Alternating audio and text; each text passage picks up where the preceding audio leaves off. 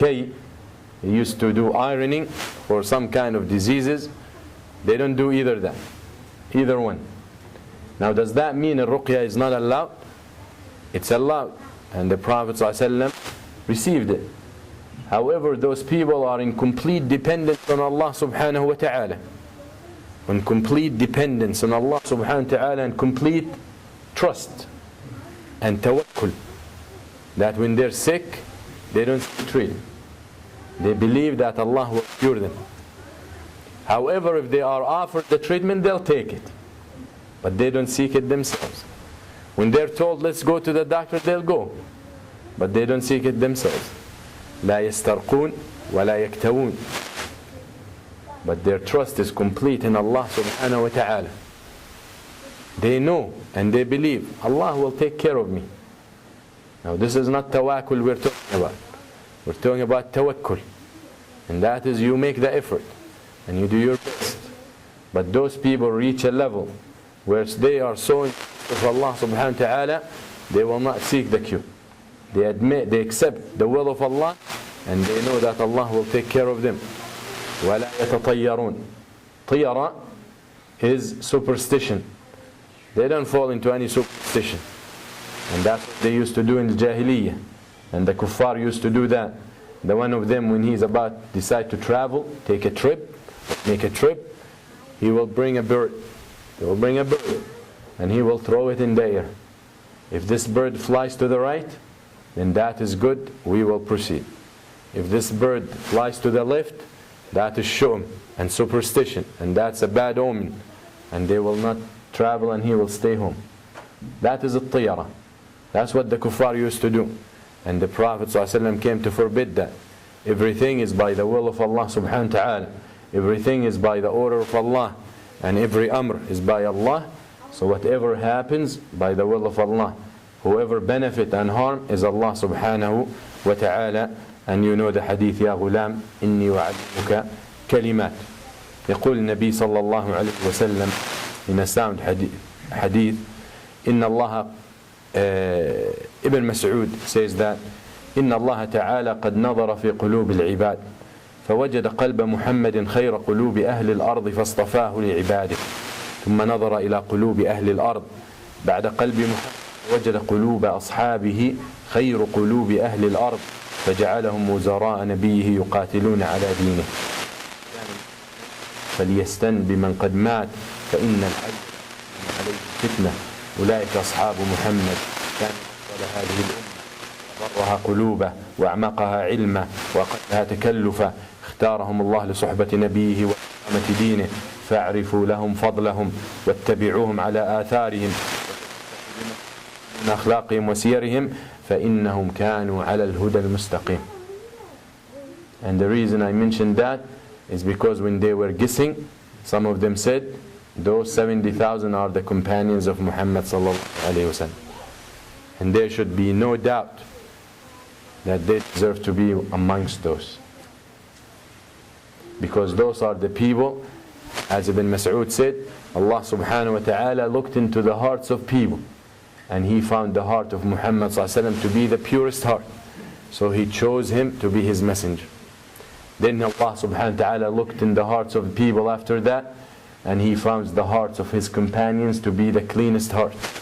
So He chose them to be the supporters of His message. So stick to them, and stick to their teachings, and stick to their guidance, because they were on the straight path. They were in the straight path. Allah Allah fi ashabi. The Prophet ﷺ kept reminding us to take care of his ashab and his companions, and respect them and love them and honor them. And one of us, if he will spend all his life and gold as big as mountain fi sabilillah, will not do a little of what one of those sahaba have done, as the Prophet sallallahu alaihi wasallam said.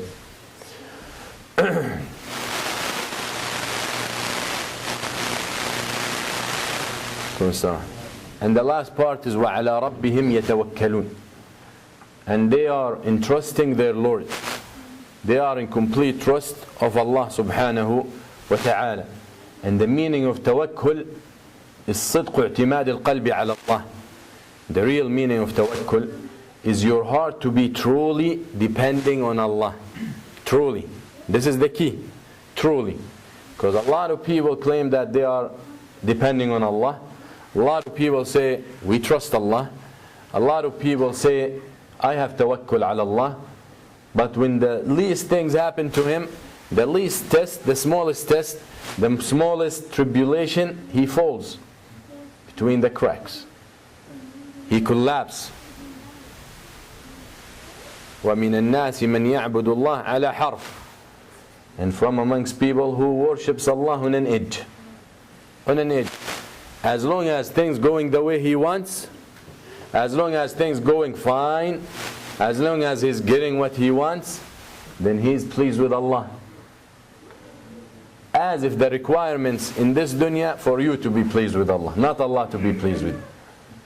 But when things start going up, not the way he wants, when he was expected to make $1 million and he ended up making 900,000, that is when he gets angry. And that is when he gets upset. And that is where he thinks that Allah is not being fair. Ta'ala Allah. خسر الدنيا والآخرة. This person lost the dunya and lose the akhirah, the hereafter.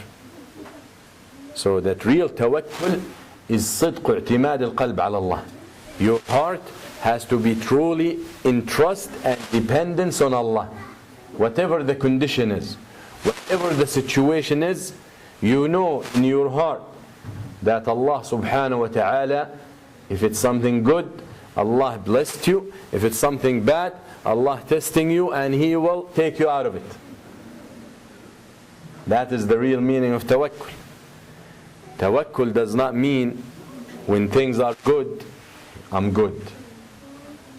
Because during the hardship is where true people are shown.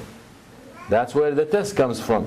حسب الناس أن يتركوا أن يقولوا آمنا وهم لا يفتنون وَلَيَعْلَمَنَّ اللَّهُ الَّذِينَ صَدَقُوا وَلَيَعْلَمَنَّ كَاذِبِينَ. So people will be tested because they claim that they trust Allah. They claim that they are believers. They claim that they depend on Allah. But through tests and through calamities and through hardships, that's when you see the real people. You find him the straightest man you can ever imagine. Throughout the year, Salah 5 times in the masjid, Siyam, Nawafil.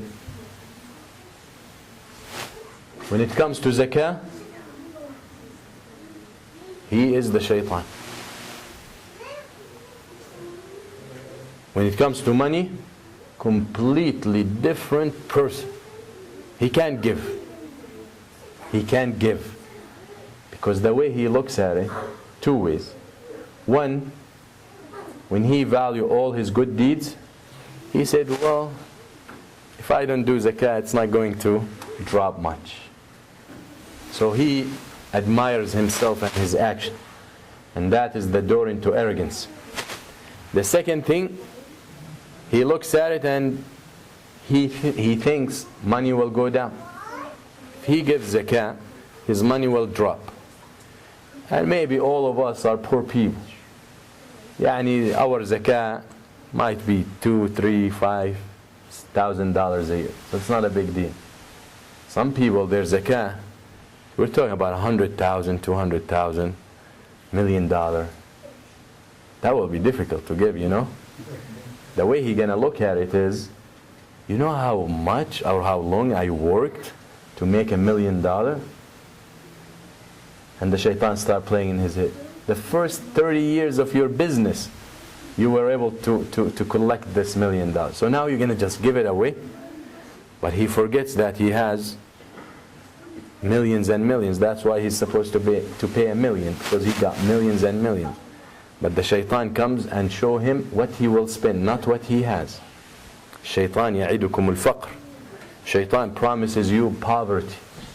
That's what Allah says. Shaitan promises you poverty. So you want to spend $1 million, you're going to become poor. Even though he's still going to have 30, 40, 50 millions, right? But The shaitan now tells